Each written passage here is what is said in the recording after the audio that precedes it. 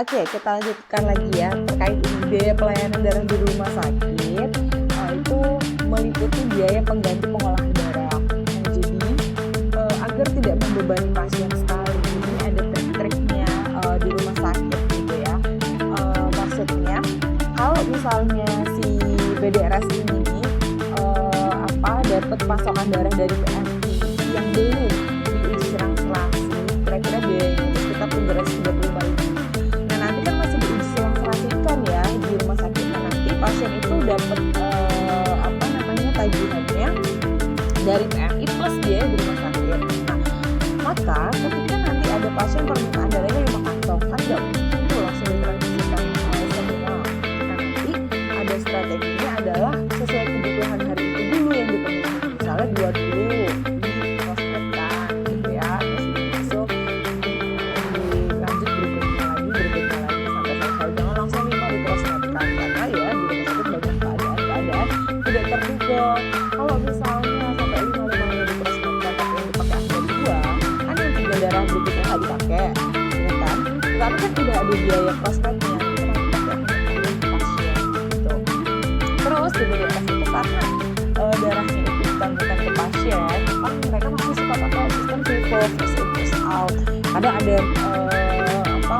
keadaan-keadaan tertentu kan yang butuh darah lebih baru ya, tapi tetap yang digunakan first in first out, karena kalau darahnya itu expired nggak terpakai ya tetap saja bank darah harus menanggung biaya darah yang expired yang sudah disediakan. Biaya pelayanan darah di rumah sakit ditetapkan oleh direktur rumah sakit ataupun Pemdas setempat dengan tidak untuk mencari keuntungan gitu ya. Kemudian biaya pemeriksaan uji ulang serasi darah terhadap penyakit infeksi menular tidak dimasukkan ke dalam biaya rumah sakit. Jadi pemeriksaan ulang uji saring ya IMLTD tidak dimasukkan ke dalam biaya pelayanan darah di rumah sakit, karena sebenarnya BDRS nggak perlu melakukan pemeriksaan ulang IMLTD gitu ya. Terus BDRS mengganti biaya pengolahan darah di UPD sebesar BPPD tanpa biaya uji selang serasi, tanpa crossnet ya, dan pemeriksaan golongan darah. Biayanya nggak sampai sampai ke crossnet itu kena 360.000, tapi kalau enggak 335.000 ya. Nah, ini adalah standar prosedur operasional yang harus ada di rumah sakit BDRS gitu ya. Apa saja? Meliputi perencanaan kebutuhan darah, permintaan darah UPD, penyimpanan darah atau komponen darah, monitoring semua alat, validasi reagen, kalibrasi alat, perawatan alat, cara pemakaian alat, persiapan sampel pemeriksaan golongan darah HbU resus, uji silang serasi, penerimaan sampel darah dan format permintaan darah, darah titipan yang telah dilakukan uji silang serasi, pengeluaran darah, pengembalian darah, pelacakan hasil transfusi, pencatatan, pelaporan, rujukan, permintaan darah cito, penanganan limbah infeksius, kewaspadaan universal. Nah, di BDRS itu ada tadi ya standar operasional prosedur yang minimal harus ada di sana. Nah, sebenarnya di UTD juga ada, tapi ada yang mirip-mirip. Yang beda adalah kalau di UTD harus ada standar operasional prosedur untuk atap, mobile unit, kemudian untuk IMLTD gitu ya. Jadi kita akan semuanya latihan bikin prosedur standar operasional prosedur ya, SOP atau SPO lah ya kalau dari Indonesia. Nah, ini simbol flowchartnya. Jadi kalau misalnya nanti kita bikin standar operasional prosedur atau SOP, nanti selain ada kotak-kotak perintah itu juga ada kotak-kotak flowchart. Oke, ini adalah contoh SOP yang telah dibuat oleh kakak tingkat kalian angkatan 3 ya. Nanti ini salah satunya adalah misalnya SOP untuk pengolahan darah trombosit konsentrat. Nah, ini tuh adanya di PMI ya tentunya, kalau di bank darah nggak ada. Jadi nanti kita bikin SOP-nya bukan hanya untuk bank darah, tetapi juga untuk PMI. Jadi ada sebagian yang sudah sama tadi di BDRS, tinggal kita tambahkan apa-apa saja yang ada di PMI tapi nggak ada di BDRS, ada di UTD tapi nggak ada di BDRS gitu ya. Nah, nanti seperti inilah tampilan SOP. Nanti formatnya ngikutin ini persis anamnesis ya, di rumah sakitnya apa, ini ada tulisan SPO, ini untuk bahasa Indonesia ya, standar prosedur operasional. Kalau SOP itu bahasa Inggrisnya, dalam bahasa Inggris standar operasional prosedur. Terus ini ada nomor dokumen. Nanti nomor dokumen ini kalau bikin asal-asal aja, terserah mau dibikin apa gitu ya. Ini nomor revisi 0, berarti belum pernah direvisi. Jadi kalau kalian ada di BDNS baru dan bikin SOP ini untuk pertama kali, biasanya kalau sudah digunakan, terus one day mau sudah digunakan, langsung digunakan tanpa revisi, misalnya ini 0 revisi. Tapi kalau udah berjalan, misalnya digunakan selama 1 tahun, tapi pengen ada perbaruan, nanti diperbarui lagi, dan di sini nanti dituliskan revisinya, berapa revisi pertama, revisi kedua, ketiga, dan seterusnya gitu ya. Berarti Bu bikin sekali jadi langsung benar ya, bukan gitu. Jadi sebelum diterbitkan itu ya pasti dirapatkan dulu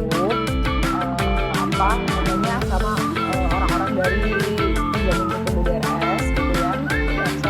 Kalau ini PMI ya BDNS atau PDPMI. Nantinya kalau misalnya sudah disahkan, udah pertama kali disahkan itu revisinya pasti 0. Kalau misalnya udah direvisi kemudian disahkan kembali, nanti ditulis apa revisinya dituliskan.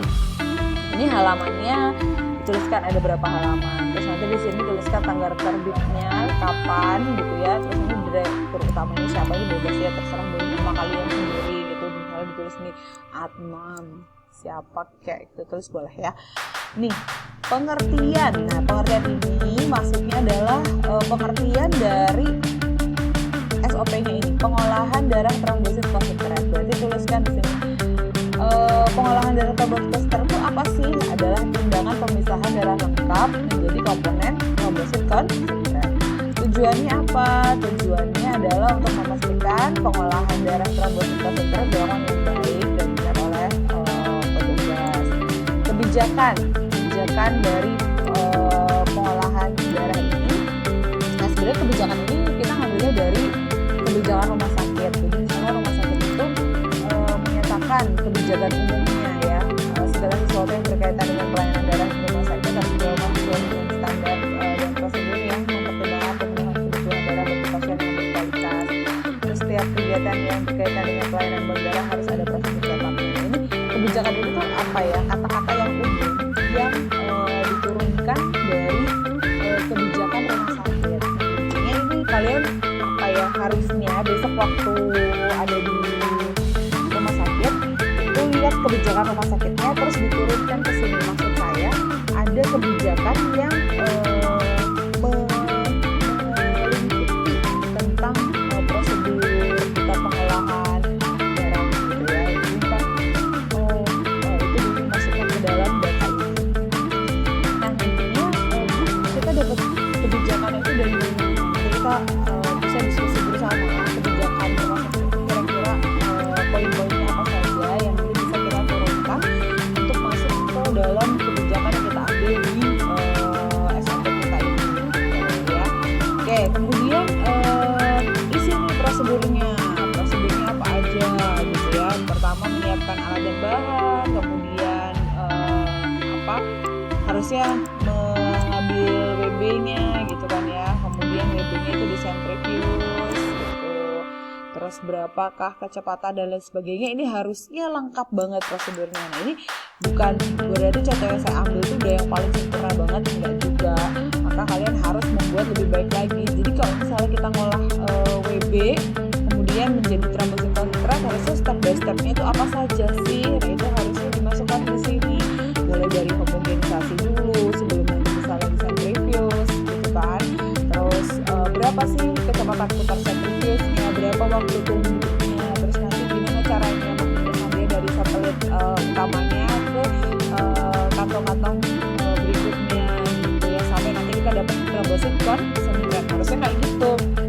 Nah terus nanti ini dituliskan unit terkaitnya itu siapa. Jadi ini pengolahan darahnya sepertinya alat kita bikin di rumah sakit ya, berarti dia UTD gitu ya. Nah, harusnya unit terkait di sini apa unit terkaitnya? Kalau dia itu UTDRS berarti kan dia memang mengolah darah sendiri. Kalau dia mengolah darah sendiri ya unit terkaitnya bukan PMI harusnya. Unit terkaitnya apa? Unit terkait terkait kegiatan dari pengolahan darah trombosit konsentrat ini. Menurut saya apa ya, kayaknya lebih cocok kalau dia UTDRS harusnya bukan UTDPI ya, karena udah beda dapur, dia ngerjain sendiri gitu kan. Ya berarti penjaminan hukumnya aja gitu ya sebagai terkait. Nah ini adalah flowchart-nya. Jadi setiap kita punya SOP kita harus punya flowchart kayak gini tentang pengolahan darah trombosit konsentrat. Yang pertama ini tadi ya, menyiapkan alat bahan. Terus ini salah nih sebenarnya prosedurnya, whole blood disimpan pada simbol. Harusnya kita ngambil whole blood-nya gitu kan ya. Kemudian disentrifuge. Terus sampai nanti terakhir diolah. Ini kalau kalian lihat, Kak Amina tuh bikin ada yang seperti ini kotaknya bentuknya sudut-sudut gini ya, bulat sudutnya. Ada yang siku gini sudutnya.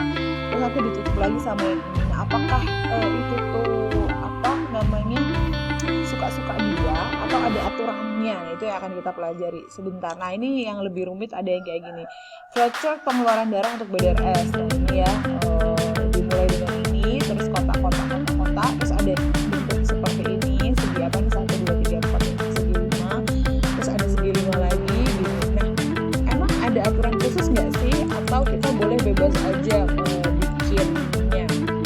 Jadi aturannya gini, simbol di flowchart itu punya aturan khusus. Kita nggak boleh asal saya lebih suka oval aja, enggak.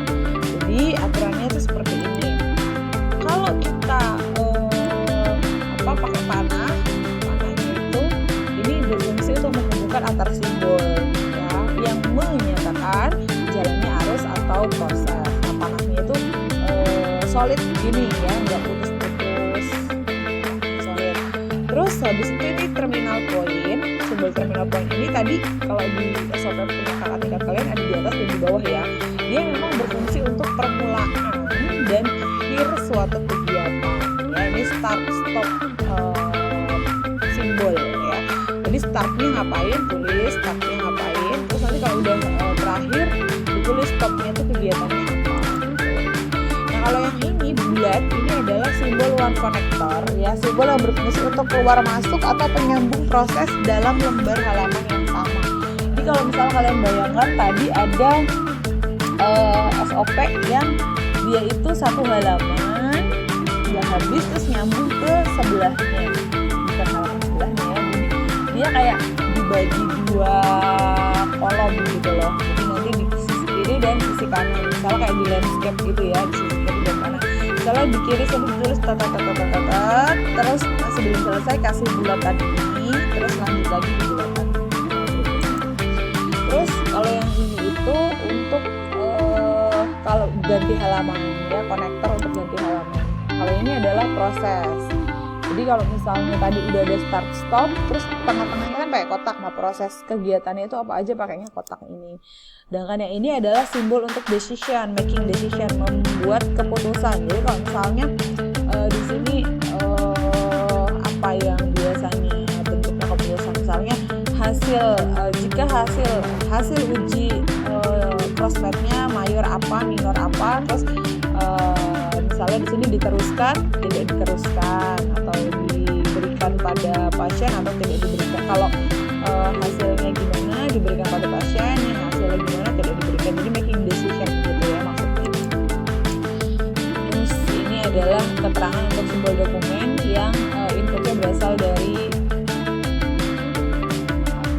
bentuk kertas dan outputnya dicetak ke kertas. Oh ini untuk kalau misalnya kita dapat permintaan darah dari bangsal, misalnya kita mau nyatet di sini menerima form permintaan dari bangsal, ini pakainya simbolnya ya. Udah, kita akan lebih bahas lagi mendalam di Zoom nantinya, bergabung jam 9 ya. Terima kasih.